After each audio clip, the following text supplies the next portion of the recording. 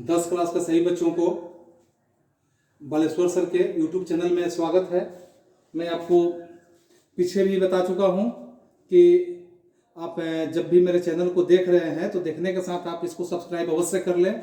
और मैं आपको इस विश्वास दिलाता हूं कि यदि इस चैनल को सब्सक्राइब कर लिए हैं तो हर तरह के वीडियोज जो आपको ज़रूरत है, यानी कि जो बोर्ड के एग्जाम इस साल देने वाले बच्चे हैं, यानी 9 से 10 में प्रमोट हुए हैं, तो उनके लिए खासकर हम विशेष व्यवस्था ये रखे हुए हैं कि जरूर नहीं कि बहुत कितने दिनों तक आपका विद्यालय बंद रहेगा, कितने दिनों तक आप विद्यालय से दूर रहेंगे और आप घर पे बैठे बैठे आप बिना कोचिंग का, बिना ट्यूशन का सहारा लिए हुए आप बहुत बढ़िया नंबर लाने का प्रयास अगर चाहें करने के लिए तो आप इस चैनल के माध्यम से देखकर आप ला सकते हैं। क्योंकि आपका सफल होना मेरे लिए सौभाग्य की बात होगा। आप जितना ही अच्छा मार्क्स लाएं, जितना ही बेहतर करें और मेरे चैनल का आप लाभ उठाएं तो समझिए कि मुझे और खुशी होगी कि मेरे द्वारा आप किए गए प्रयास का आप एक छोटा सा हिस्सा है। तो इस तरह से हम उम्मीद करते हैं कि आप मेरे चैनल से काफ़ी संतुष्ट हो सकते हैं। अगर आपको कहीं भी संतुष्टि में कमी आती है या संतुष्ट आप नहीं होते हैं तो आप निश्चित रूप से बेहिचक आप बिना संकोच किए हुए आप मेरे कमेंट बॉक्स में कमेंट करें, ताकि किस तरह की परेशानियां हो रही है मेरे चैनल के माध्यम से मैं उसमें सुधार करने का प्रयास जरूर करूंगा। और आपको जिस सब्जेक्ट से परेशानी हो रही है, जहां से परेशानी हो रही है, उसको भी मैं दूर करने का प्रयास यथासंभव मैं करूंगा, ताकि आपका पूरे के पूरे यानी 500 नंबर का जो एग्जाम होता है, 500 नंबर के एग्जाम में कोई भी ऐसा प्रश्न नहीं छूटे, कोई भी ऐसा प्रश्न नहीं हो जो हमसे आपको बताने में कहीं छूट जाए। और आप इसको देखते रहे तो मैं उम्मीद करता हूं कि आप बेहतर ढंग से, बहुत आसानी से आप अपने भाषा में, अपने हिसाब से आप मैथ को आसानी से समझ सकते हैं। और मैथ के साथ साथ आप किसी भी सब्जेक्ट को आप सर्च करना चाहते हैं यूट्यूब में तो आप ऐसे सर्च करें कि जैसे मान लीजिए कि आप हिंदी सर्च करना चाहते हैं तो हिंदी भाई बालेश्वर सर क्लास 10 बस आप लिख दीजिए और क्लास 10 आप लिख देंगे, तो जिससे क्या होगा कि आपका हिंदी का आ जाएगा। अगर आप संस्कृत पढ़ने वाले हैं तो संस्कृत सर्च करना चाहते हैं वो आ जाएगा। अगर आप पॉलिटिकल साइंस, ज्योग्राफी, हिस्ट्री, जो भी सब्जेक्ट आप पढ़ने वाले हैं वो सर्च करेंगे, वो आएगा सामने। आप उसको इत्मीनान से देखेंगे। मैं उम्मीद करता हूं कि आपके भाषा में, आपके ढंग से वो बताने का मैंने काम किया है, ताकि आप बेहतर ढंग से समझ सके, घर पे रहें और घर पे रह के बेहतर ढंग से पढ़ने का प्रयास करें। या तब तक मैं प्रक्रिया जारी रखूंगा जब तक आप घर पे बने हुए हैं, ताकि आप तक ये सुविधाएं हम उपलब्ध कराते रहें। अगर बेहतर लगा तो प्रक्रिया हमेशा के लिए भी जारी रह सकता है और आपके हर एक विषय को मैं अपने माध्यम से जोड़ने का प्रयास भी करते रहूंगा। तो चलिए हम लोग आज देखते हैं कि आपने बहुत तरह के ऐसे पिछले क्लास में मैथ्स को सॉल्व किया है और बहुत तरह के मैथ को जब सॉल्व किया तो उस सॉल्व मैथ में जैसे यहाँ पे सबसे पहला सीरीज, यानी कि हम लोगों का कुछ सीरीज निकल चुका है, लेकिन सबसे पहले हमने आपका त्रिकोणमिति से शुरू किया था। लेकिन मैं आज यहाँ सीरीज 1 से मैं स्टार्ट करता हूँ कि किसी भी तरह आगे पीछे हम लोग नहीं रहे। हम स्टार्टिंग से प्रत्येक डे में एक कम से कम एक्सरसाइज आपको आप तक पहुंचाने का काम करते रहे। संभव हो सके तो हम 2-2 एक्सरसाइज एक दिन में पहुंचाने का काम करेंगे। तो यहाँ पे जैसे प्रश्नावली 1.1 है आपका, सीरीज 1 आपका, तो सीरीज 1 में दिया है कि यूक्लिड विभाजन एल्गोरिथ्म के प्रयोग से एचसीएफ ज्ञात करें। एचसीएफ तो आप समझ रहे हैं, आप 8, 9, 10, 7 नीचे क्लास में आप एचसीएफ पढ़े हुए हैं। तो इसमें जो है थोड़ा सा अंतर कर देना है। यूक्लिड विभाजन एल्गोरिथ्म के माध्यम से इस एचसीएफ को हमें जानना है। इसको हम कैसे जानेंगे? इसको जानने के लिए सबसे पहले हम यहाँ देखेंगे कि जैसे आप देखिए कि यहाँ ए नंबर में दिया हुआ है, एक नंबर में कि 135 और 225। बहुत आसानी से समझिएगा, आप अपने भाषा में समझने का प्रयास करें। यहां हम क्या करेंगे कि 135 और 225, तो 135 और 225 में हम देखेंगे कि दो संख्याएं हैं, इसमें बड़ा कौन है? तो बड़ा इसमें कौन है? 135 और 225 में आप देख रहे हैं कि 225 बड़ा है, तो 225 बड़ा है तो यहां लिखेंगे ए का वैल्यू ये हो गया, ए इक्वल टू 225 हम ले लेते हैं। नहीं, जो बड़ा मान होगा, जो बड़ा वैल्यू होगा वो ए का वैल्यू हो जाएगा। और बी बराबर क्या हो गया आपका? बी बराबर 135 हो गया। साधारण रूप से आप घरों पे पिछले वर्ग में आप बनाए होंगे, ऐसे बनाने के जो तरीके आप देखे होंगे कि 135 से आपने 225 में एचसीएफ देने का काम किया। तो कैसे आप करते हैं इसकी जरूरत है नहीं, लेकिन मैं आपको समझने के लिए और इसके माध्यम से थोड़ा सा यहाँ आपको समझाने के मैं प्रयास एक बार कर रहा हूँ। तो आप यहाँ ध्यान देंगे एक बार कि 135 को हम एक बार में लेके जाएंगे, 135 होगा, ठीक है। 135 होगा और 135 यानी कि यहाँ 5 में से 5 गया 0, यहाँ 2 में से 3 जाएगा, 12 में से 3 गया, 9 3 12 90 हो गया। 90 को यहाँ फिर हम भाज्य बना लेते हैं, ठीक है। यहाँ 135 इसको यहाँ लेके चले आते हैं, 90 को एक बार में लेके जाएंगे 90 होगा, 5 में से 0 गया 5 और 3 में से नहीं जाएगा, 13 में से 9 गया 4। इसको फिर हम भाज्य ले लिए और इस तरह से 90 को फिर हम अब यहाँ ले लेते हैं 90 को, तो 45 में कितना हो गया 90 हो गया। अब देख रहे हैं कि कितना आसानी से कट रहा है। यानी पीछे जो आपने एसएफ बनाया है साधारण विधि से, भाग विधि से, तो भाग विधि से आपको एसएफ हो गया, लेकिन आपको ये विधि जो है एल्गोरिथम विधि से यानी यूक्लिड का एल्गोरिथम विभाजन जो है इस विधि से बनाना है। तो अब यहाँ देखेंगे एक सूत्र होता है A = BQ प्लस R होता है। यूक्लिड के विभाजन यानी यूक्लिड विभाजन एल्गोरिथम के प्रयोग से अगर हम बना रहे हैं तो A = क्या होता है BQ प्लस R होता है। यानी B का मतलब क्या हुआ कि B का वैल्यू कितना 135 इंटू Q का मान यानी कितने बार में भाग लगा, यानी कि भागफल कितने बार में 135 को कितने बार में लेके गए, तो एक बार में लेके गए, तो एक बार में लेके गए तो हमारा R यानी लंब यानी कि हमारा शेषफल कितना बच गया, तो 90 बच गया। इस 90 को मैंने यहाँ नोट कर लिया, सीधा सा है, बस आप समझेंगे बेहतर ढंग से तो आसानी से समझ में आएगा। इस 90 को B हम ले लेते हैं, फिर 90 को कितने बार में ले गए थे, यहाँ एक बार में ले गए थे, तो एक बार में ले गए थे तो 135 को कटाने के लिए तो हमारा शेषफल कितना आया था 45 बचा था। देख रहे हैं यहाँ शेषफल 45 बचा था। फिर इस 45 को भी लेके चलते हैं, तो 45 को कितने बार में कटाए थे, 2 बार में, तो 45 × 90 तो शेषफल कितना बचा था 0।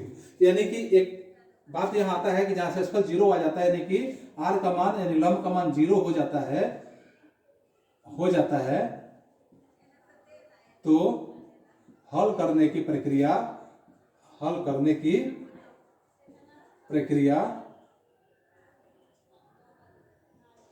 समाप्त हो जाती है, ठीक है। यानी कि जब लंब का वैल्यू 0 आ जाता है तो हल करने की प्रक्रिया समाप्त हो जाता है, क्योंकि अब 0 से भाग किस में देंगे, इसका कोई वैल्यू नहीं रहेगा। तो जब इसका कोई वैल्यू नहीं रहेगा तो यहाँ हम लिख लेंगे HCF बराबर, सीधा आप लिखेंगे HCF बराबर कितना हो गया, लास्ट का जो B का वैल्यू होता है that is called HCF value. यानी कि आपका HCF का वैल्यू हो गया यानी 45 हो गया, यही आपका क्या हो गया आंसर हो गया। कोई दिक्कत नहीं है, समझ गए आसानी से। अब जैसे दूसरा इसमें देखिए, दूसरा का जैसे वैल्यू है 196 और 38,220, 196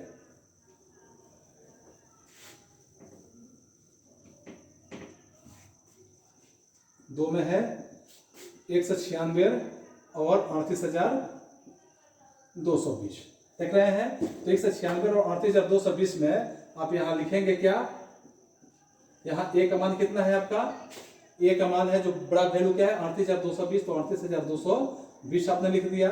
और B का वैल्यू कितना हो गया 196, तो 196 हो गया। यानी कि आपका यूक्लिड एल्गोरिथम का जो विभाजन की विधि है, यानी कि इसमें A = क्या होता है BQ प्लस R होता है। यानी कि B का वैल्यू कितना 196 है। 196 को कितने मर्त में लेके जाएंगे, ये हमारा 38,000 यानी कि 38,220 कटेगा या उससे कम वैल्यू आएगा। यानी जैसे आपने भाग विधि से बना के देखा कि या तो कट जाए और नहीं तो उससे कम माना है, तो कट जाए या उससे कम माना है तो 195 बार में लेके जाएंगे, तो 195 बार में लेके जाएंगे तो कट जाएगा। यहाँ R का मान क्या हो गया, क्योंकि R बराबर क्या हो गया 0 है, तो अब इसका हम आगे हल नहीं करेंगे, क्योंकि हल समाप्त हो गया। इसलिए हमारा HCF बराबर क्या हो गया, HCF बराबर कितना हो गया, लास्ट वाला जो B का वैल्यू 196 आपका आंसर हो गया। कोई दिक्कत नहीं है। फिर आप देखिए थर्ड नंबर क्वेश्चन इसी में का,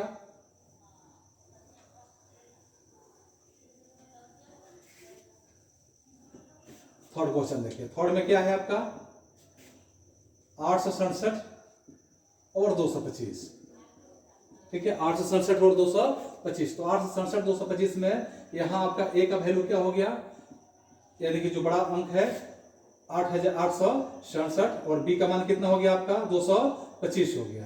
तो चूंकि A बराबर फिर वही बात, A बराबर क्या है BQ प्लस R हो गया।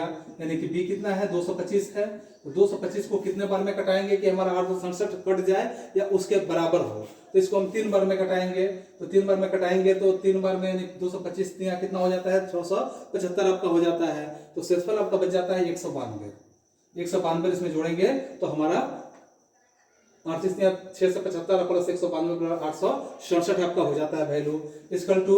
फिर यहाँ इसको बी ले लेते हैं 192, तो 192 को कितना बार में कटाएंगे कि 225 कट जाएगा, ये कटने वाला नहीं है, एक बार में जाएगा। तो हमारा शेषफल बचेगा कितना, एक बार में जाएगा तो शेषफल बचेगा आपका 33, यानी 192 कम 192 33 225 हमारा होता है। अब इस तरह से 33 हमारा क्या हो गया, बी का वैल्यू हो गया। तो 33 को अब कटाएंगे 192 का, तो 5 बार में कटाएंगे, 5 बार में कटाएंगे तो हमारा वैल्यू आएगा कितना, यानी कि 33 बचे आपका हो जाता है 165, 165 प्लस 27 बराबर हो जाता है 192। ठीक है, और इस तरह से फिर आगे देखते हैं कि बी जो है 27, 27 को लेते हैं, 27 से कटाते हैं 33 को एक बार में, 27 से कम 27, 27 में कितना जोड़ेंगे 33 आएगा, तो 27 में कितना जोड़ेंगे, 27 से कम 27, यहाँ देख रहे हैं ना, 27 से कम 27, 27 में कितना जोड़ेंगे, यानी कि 6 जोड़ेंगे। ठीक है, अब इस 6 को यहां लेके आते हैं, 6 गुणे 6 चौका 24, 6 चौका 24 प्लस इसमें का 3 बच गया, देख रहे हैं, तो 24 से 3 27, इस 3 को यहां लेके आएंगे, 6 को कटाएंगे, 3 दूनी 6 प्लस 0, यहाँ r बराबर 0 हो गया, इसलिए इसका एचसीएफ कितना हो जाएगा, एचसीएफ बराबर कितना हो गया, 1 हो गया, एचसीएफ बराबर कितना हो गया, 3 आंसर हो गया, कोई दिक्कत नहीं है। अब फिर हम इसी तरह से बहुत आसान करने का प्रयास कर रहे हैं आप लोगों के बीच में कि आपका सवाल कैसे आसान हो जाए और कैसे आप आसानी से समझ सके। अब इसका दूसरा प्रश्न जो है, दूसरे प्रश्न को हम देखते हैं कि दूसरा प्रश्न आखिर में क्या दिया हुआ है, ताकि आसान हो जाए। आप एकदम ध्यान लगाए रखें कि कैसे कैसे हम सॉल्व करते जा रहे हैं। हाँ, तो देखिए दूसरा प्रश्न जो आपका दिया गया है, तो दूसरा प्रश्न में क्या है कि जैसे दर्शाइए कि निम्नलिखित भी दर्शाइए कि कोई भी धनात्मक विषम पूर्णांक 6q+1 या 6q+3 या 6q+5 के रूप में होता है, जहां q एक पूर्णांक है। अब प्रश्न को बेहतर ढंग से पहले समझें और आसानी से बना सकते हैं कि दर्शाना हमें है क्या कि कोई भी धनात्मक विषम पूर्णांक 6q+1 के रूप में, 6q+3 के रूप में या 6q+5 के रूप में होता है, जहां q एक पूर्णांक है। तो सबसे पहले हमें हल के रूप में लिखना होगा कि हमें दर्शाना है कि, हल में हम लिखेंगे कि हमें दर्शाना है कि, क्या दर्शाना है, हमें दर्शाना है कि जैसे a का मान a बराबर 6q+1, 6q+3 और 6q+ कितना है 5 मान दिया हुआ है, यह हमें दर्शाना है। तो हम मान लेते हैं कि a कोई धनात्मक पूर्णांक हम ले लेते हैं, माना कि a कोई धनात्मक पूर्णांक है, माना कि a कोई धनात्मक, माना कि a कोई धनात्मक पूर्णांक है, जहां b का मान हम कुछ ले लेते हैं, b का मान हम लेते हैं, जहां b बराबर क्या करते हैं कि b बराबर हम 6 मान लेते हैं, 6 है, b बराबर कितना है तो 6 है। जब a कोई धनात्मक पूर्णांक है तो b बराबर 6 एकदम होगा, है नहीं बल्कि यह होगा, क्योंकि जब हम 6 को a से विभाजित करते हैं, जब हम 6 को a से विभाजित करते हैं, a से विभाजित करते हैं, 6 को जब हम a से विभाजित करते हैं तो शेषफल के रूप में क्रमशः हमारा कुछ वैल्यू आएगा। तो शेषफल के रूप में क्रमशः क्या क्या मान आएंगे, 0 आ सकते हैं, 1 आ सकते हैं, 3 आ सकते हैं, 5 आ सकते हैं, 7 आ सकते हैं, माने बढ़ते हुए 1 आ सकते हैं, 2 भी आ सकते हैं, 3 आ सकते हैं, 4 आ सकते हैं, यानी बढ़ते हुए आगे इसके वैल्यू माने 5 तक हम पाते हैं, यानी कि यहाँ कहाँ तक पाते हैं और 5 तक पाते हैं, 5 तक पाते हैं, यहाँ तक कोई दिक्कत नहीं है। जहां हम ये भी लेते हैं कि 0 बराबर है और छोटा है, 0 बराबर है और छोटा है किसके, r के, यानी कि 0 जहां हम ये पाते हैं कि 0 छोटा है और बराबर है r के, और r छोटा है किससे, तो r छोटा है, यहाँ जो b का वैल्यू लिया गया है 20 है, r छोटा है किससे 20 है। तो यहाँ ए एक विषम संख्या है, एक ऐसा संख्या है, एक विषम संख्या है, इसलिए शेषफल भी विषम ही संख्या प्राप्त होगा। यहाँ ए एक विषम संख्या है, इसलिए शेषफल भी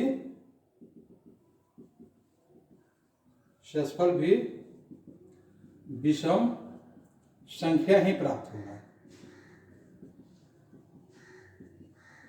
शेषफल विषम संख्या ही प्राप्त होता है। और क्यों प्राप्त होगा?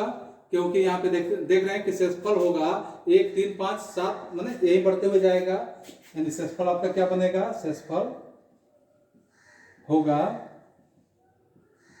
1, 3, 5 ऐसे बढ़ते हुए जाएगा। यूक्लिड विभाजन एल्गोरिथम के रूप में जब हम यह देख रहे हैं कि ये चैप्टर ही आपका यूक्लिड विभाजन एल्गोरिथम से है, कि यूक्लिड विभाजन एल्गोरिथम के माध्यम से या इनके प्रयोग से हम यह पाते हैं कि यूक्लिड विभाजन एल्गोरिथम यूक्लिड विभाजन एल्गोरिथम के प्रयोग से हमें यह ज्ञात होता है, या एल्गोरिथम के प्रयोग से हम पाते हैं, क्या पाते हैं यहाँ कि a बराबर a का वैल्यू जो है यहाँ a बराबर 6q + 1, 6q + 3 और 6q + 5 मान यही दिया हुआ है, यही हमें प्राप्त होता है। अब इस तरह से अब तीसरे प्रश्न पे हम ध्यान देते हैं कि तीसरा प्रश्न क्या है। आप बस थोड़ा सा माइंड को स्थिर बना कर रखे रहें, आप बारी बारी से कलम और कॉपी के साथ ही रहें, जहाँ आपको दिक्कत होता है उसको आप नोट भी करते चले, आपको और सहूलियत भी होते जाएगा। तीसरे प्रश्न को देखिए, तीसरा प्रश्न क्या है।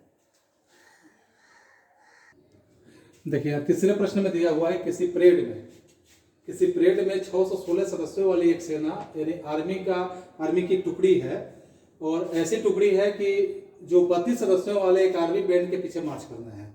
32 सदस्य वाले टुकड़ी आर्मी बैंड के पीछे क्या करना है? मार्च करना है, यानी कि लेफ्ट जो होता है, दोनों समूहों को समान स्तंभ वाले स्तंभों में दोनों समूह जो है समान स्तंभ वाले स्तंभों में मार्च करना है। उन स्तंभों की अधिकतम संख्या क्या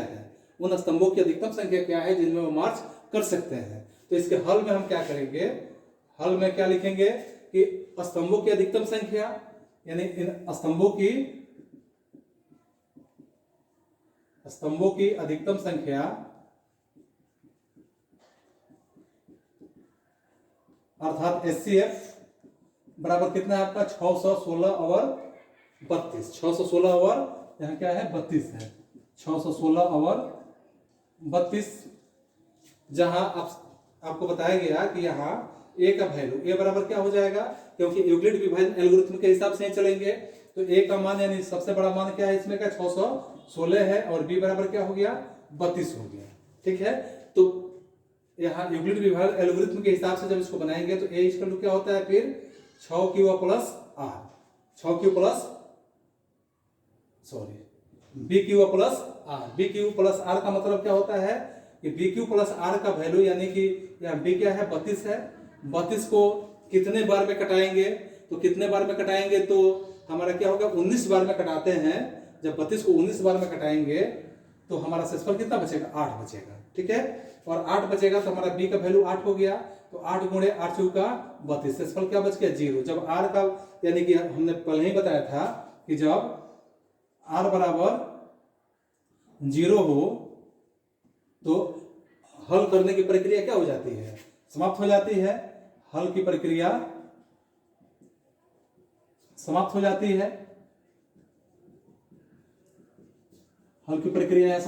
है। जब हल की प्रक्रिया समाप्त हो जाएगी तो फिर यहाँ आप देखेंगे कि हल की प्रक्रिया समाप्त हो जाने के साथ आप क्या करेंगे कि जब हल की प्रक्रिया समाप्त होगी तो यहाँ HCF का वैल्यू कितना हो जाएगा? 8, यानी कि सीधे शब्द में इसका आंसर हो जाएगा HCF बराबर 8 टुकड़ी होगा, जो इसका आंसर होगा। फिर आप देखिए कि इसके बाद का नेक्स्ट क्वेश्चन यानी कि चौथे क्वेश्चन में क्या दिया हुआ है। कि चौथे क्वेश्चन में फिर आपको है कि यहाँ देखिए, यहाँ तीसरे प्रश्न में क्या दिया हुआ है कि तीसरे प्रश्न में दिया है कि तीसरे नहीं चौथे प्रश्न आपके हैं कि यूक्लिड विभाजन प्रमेयिका का प्रयोग करके दर्शाइए कि किसी धनात्मक पूर्णांक का वर्ग किसी पूर्णांक m के लिए, किसी धनात्मक पूर्णांक का वर्ग किसी पूर्णांक m के लिए 3m या 3m+1 के रूप में होता है, यह हमें दर्शाना है। तो यहाँ हल में हम क्या करेंगे, हल में यहाँ लेके चलेंगे कि जैसे यहाँ हम देखेंगे कि हमें यह दर्शाना है कि a2 = 3m और 3m+1 हमें दर्शाना है कि a2 = 3m या 3m+1 है या 3m+1, ठीक है, 3m या 3m+1। जहाँ a = क्या है, जैसे आपको बताया गया था कि यूक्लिड विभाजन एल्गोरिथम के हिसाब से कि a = क्या है आपका कि bq प्लस r आपका है, bq प्लस r के हिसाब से आप चलेंगे। तो इस तरह से हम मान लेते हैं कि कोई वैल्यू मान लेते हैं कि माना कि a कोई धनात्मक पूर्णांक है, जहां माना कि a कोई धनात्मक पूर्णांक है, जहां क्या करना है, ये कोई धनात्मक पूर्णांक है जहां b = 3 और r = 0, b = 3 और r = क्या हो जाएगा आपका 0 हो जाएगा। इसके बाद 1 2, क्योंकि 1 2 कारण क्या है 1 2, क्योंकि आप देख रहे हैं कि 0 जो है, क्योंकि 0 जो है, चूंकि 0 छोटा है और बराबर है, 0 है वो छोटा है और बराबर है किससे, r से, और r जो है छोटा है किससे, 3 से। r यहाँ छोटा किससे है, 3 से है। तब हम a बराबर क्या करते हैं, तब हम यहाँ देखते हैं, तब a = क्या आपका वैल्यू हो जाएगा, a = यानी 3q + r हो जाएगा, a का मान 3q + r हो गया। a का मान क्या हो गया, 3q + r। कुछ पूर्णांक के लिए हम यहाँ देखते हैं कि कुछ पूर्णांक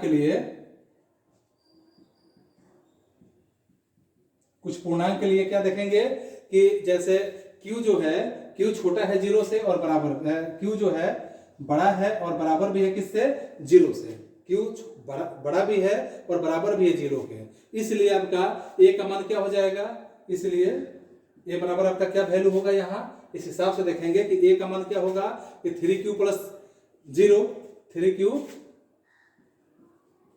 + 0 हो जाएगा। या अगर दूसरे रूप से देखें, या अगर हम देखते हैं दूसरे रूप से, तो 3q + 1 हो जाएगा, 3q + 1 हो जाएगा। या फिर हम देखते हैं तो 3q + 2 हो जाएगा, क्योंकि यहाँ मान जो लिया गया है आपका क्या है 1 2 3 है, तो 3q + 3 हो जाएगा। और इस तरह से 3q + 1 3q + अब 2 ले लीजिए यहाँ। तो इस तरह से जब आप आगे बढ़ते हैं तो आगे बढ़ने की प्रक्रिया में आप क्या देखेंगे कि अब हम यहाँ पाते हैं कि क्या यहाँ पे पा रहे हैं हम कि a2 =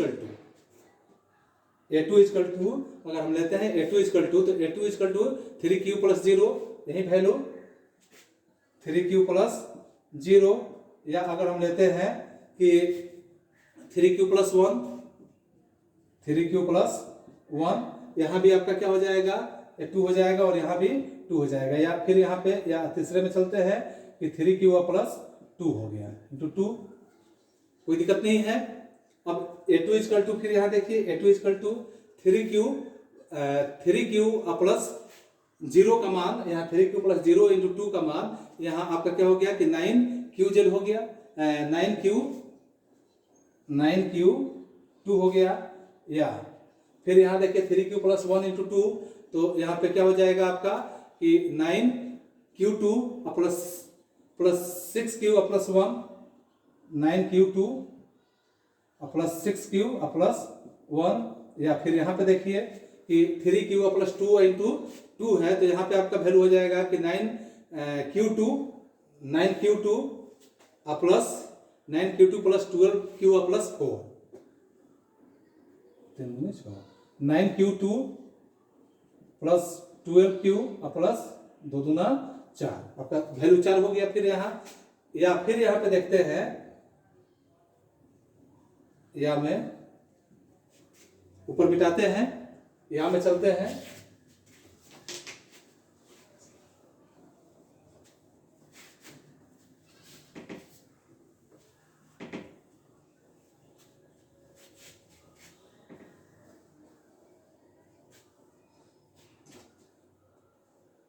या यहाँ लेके चलते हैं फिर कि A2 इक्वल टू आपका फिर ये जो है A2 equal to 9QZ, sorry 9QR,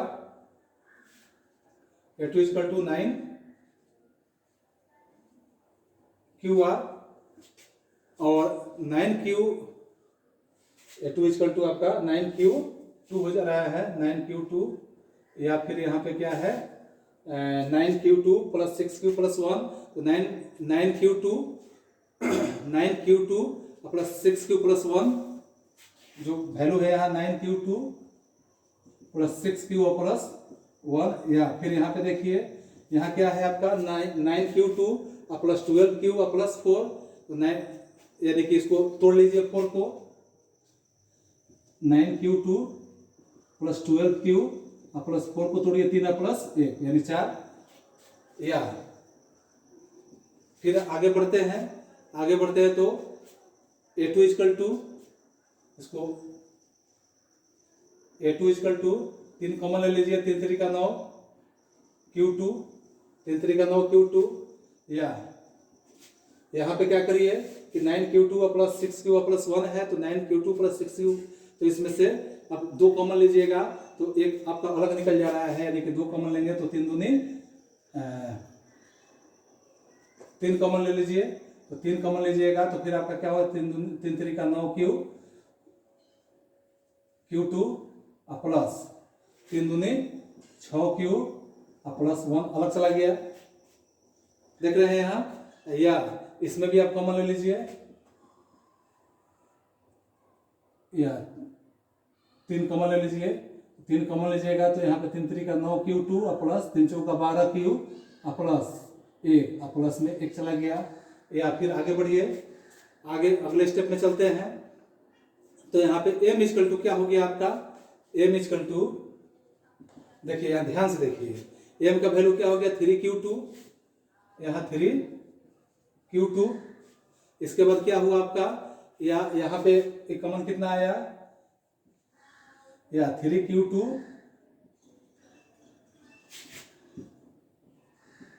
plus 2Q, या यहाँ पे कितना आया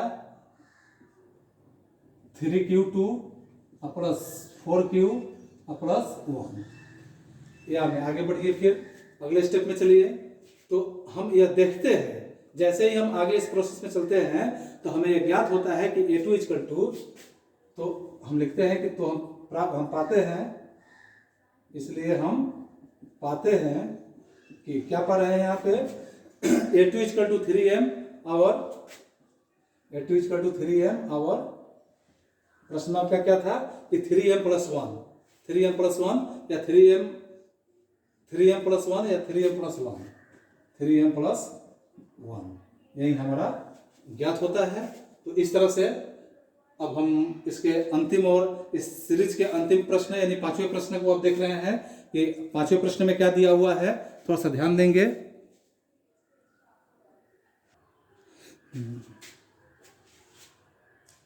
इस प्रश्न को थोड़ा तेजी से हम लोग को सॉल्व करना है क्योंकि समय का अभाव है। यहाँ यूक्लिड विभाजन परिमेयिका का प्रयोग करके दर्शाना है कि किसी घनात्मक पूर्णांक का घन 9m प्लस 9m प्लस 1 या 9m प्लस 8 के रूप में होता है।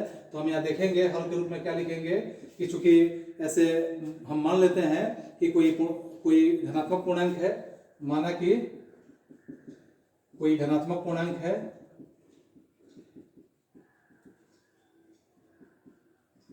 ठीक है, कोई धनात्मक पूर्णांक है और इस धनात्मक पूर्णांक में जैसे यूक्लिड विभाजन प्रमेयिका के हिसाब से आप देखते हैं, यूक्लिड विभाजन प्रमेयिका के हिसाब से आप क्या देखते हैं कि a इक्वल टू क्या होता है bq प्लस r होता है। जो ये सूत्र पहले भी कई बार बताया गया, जहां पे अगर हम देख रहे हैं कि 0 छोटा है बराबर है r से, 0 छोटा है बराबर है r से और r छोटा है किससे, r छोटा है 20 से। ठीक है। आगे हम देखते हैं इसमें कि जहां b का मान 9 रखते हैं, b बराबर अगर 9 रखते हैं, b का मान 9 रखने पर तो फिर इसका वैल्यू क्या हो जाता है कि आपका a equal to 9q plus r हो जाता है। a equal to 9q plus r हो जाएगा, क्योंकि b का मान 9 रखते हैं। जहां 0 क्या हो जाता है, फिर यहाँ 0 आपका छोटा हो जाता है, बराबर हो जाता है r से, और r छोटा हो जाता है 9 से। ठीक है, यहाँ तो कोई दिक्कत नहीं है।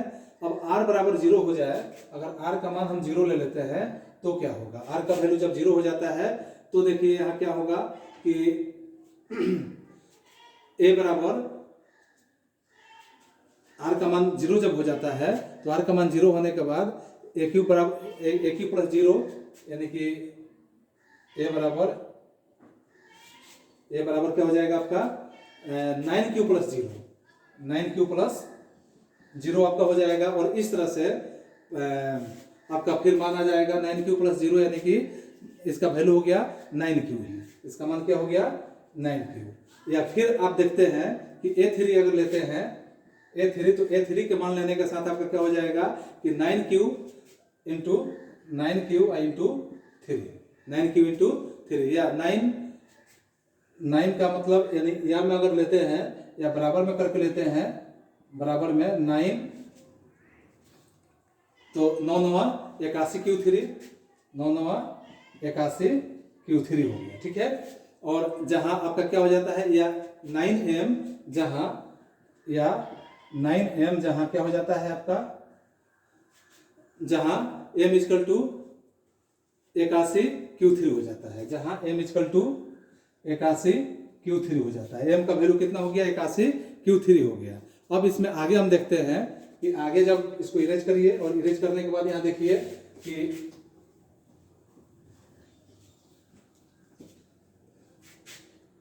जब r का मान 1 ले लेते हैं, जब r बराबर 1 ले लेते हैं, तो फिर आगे आप देखिए कि r का मान 1 लेते हैं तो यहाँ h का टू 9q प्लस 1 हो जाता है, h का टू 9q प्लस 1 हो जाएगा, 9q प्लस 1 हो जाएगा, जिसमें आपका a3 बराबर क्या हो जाएगा, a3 का वैल्यू होगा 9q प्लस